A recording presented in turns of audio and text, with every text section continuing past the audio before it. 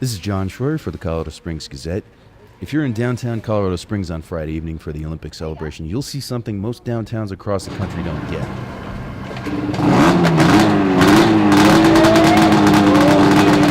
A pair of professional snowmobilers jumping a 75-foot gap off a motorcycle ramp. On Friday afternoon, they took a few practice runs on Tejon Street where the ramp was set up.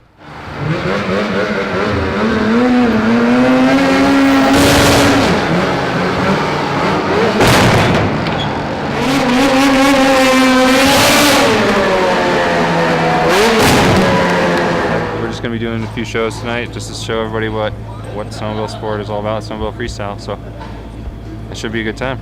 I'm just going to be doing just like normal upright tricks. Heath is probably going to do some backflips and stuff tonight, so we'll both be doing the normal tricks where you just normal upright, and then Heath will be going upside down too. So.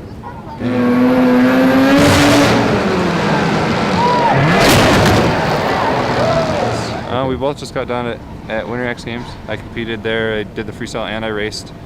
Heath did the long jump and did the freestyle. So.